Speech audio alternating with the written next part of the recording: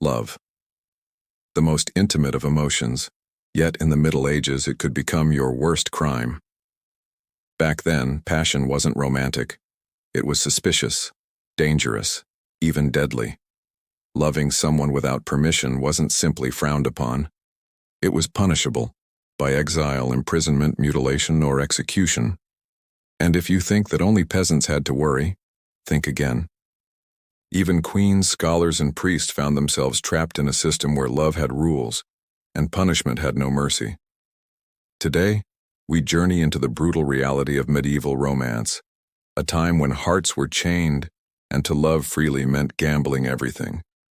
To understand medieval love, you need to erase everything you know about love today. This wasn't about flowers, sunsets, or dating apps. Marriage in the Middle Ages was a contract, and love rarely entered the equation. Nobility married to secure power, merge lands, or build armies. Even peasants often married for survival. Romantic love? That was a fantasy for songs and stories, not for real life. And when someone dared to follow their heart instead of their social duty, tragedy often followed. Why? Because love meant disorder. Love meant rebellion. Love challenged the system, and the system struck back. Let's begin with a name you've definitely heard: Anne Boleyn. History often paints her as ambitious, manipulative, or unlucky. But look deeper, and you'll see a woman whose greatest crime was being loved too much, too dangerously. In the 1520s, Anne caught the eye of King Henry VIII. He became obsessed. The problem? He was already married. For nearly a decade, he pursued Anne while she refused to become just another mistress. She wanted more, and so did he.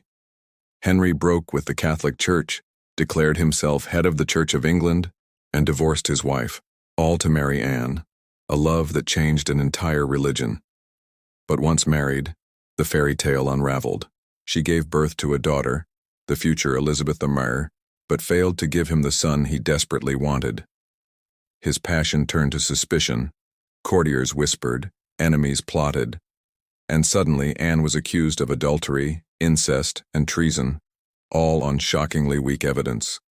She was imprisoned in the Tower of London, tried without fairness, and executed by beheading in 1536.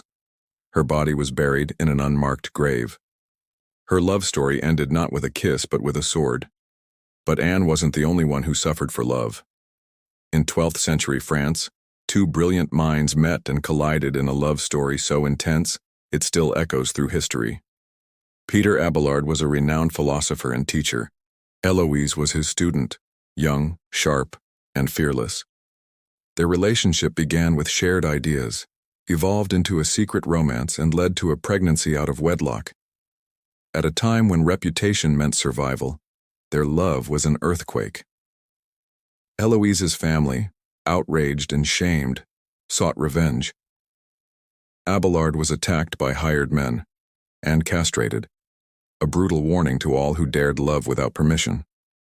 Heloise was forced into a convent, Abelard into a monastery. They lived apart for the rest of their lives, communicating only through letters filled with longing, pain, philosophy, and unshakable love. Today those letters are literary treasures. But back then, they were the only way two exiled hearts could keep each other alive. Let's step away from nobility and scholars for a moment. What about the common people? Peasants weren't exempt from these cruelties. In many towns, sexual relationships outside marriage were criminal offenses. Punishments ranged from public whippings to heavy fines. In some regions, couples could be shamed in front of the entire village, tied together and paraded as sinners. And if the woman got pregnant, she bore the burden alone. There were no safe spaces, no compassion. Even affection could be misinterpreted. A simple glance between a maid and a knight could trigger accusations, rumors, or even executions, especially if class lines were crossed. Love was not just monitored, it was policed. Even religion wasn't a refuge. In fact, the church had some of the harshest rules. Monks and nuns took vows of celibacy. Priests could lose their position if they were caught with lovers. But human desire didn't disappear inside cloisters. It only went underground. Forbidden love letters were smuggled between monasteries. Secret pregnancies were hidden or ended. Women were sometimes forced into convents to erase the shame of a love that defied authority. And men, well, some were forgiven, others were silenced. But here's the deeper question. Was it really just about love? Or was it about power, control, obedience? The truth is, love in the Middle Ages was dangerous not because it was emotional, but because it was unpredictable. It broke alliances, it birthed illegitimate heirs, it gave power to women and men outside the system. And so, love had to be caged. Every forbidden romance was a crack in the armor of feudal control.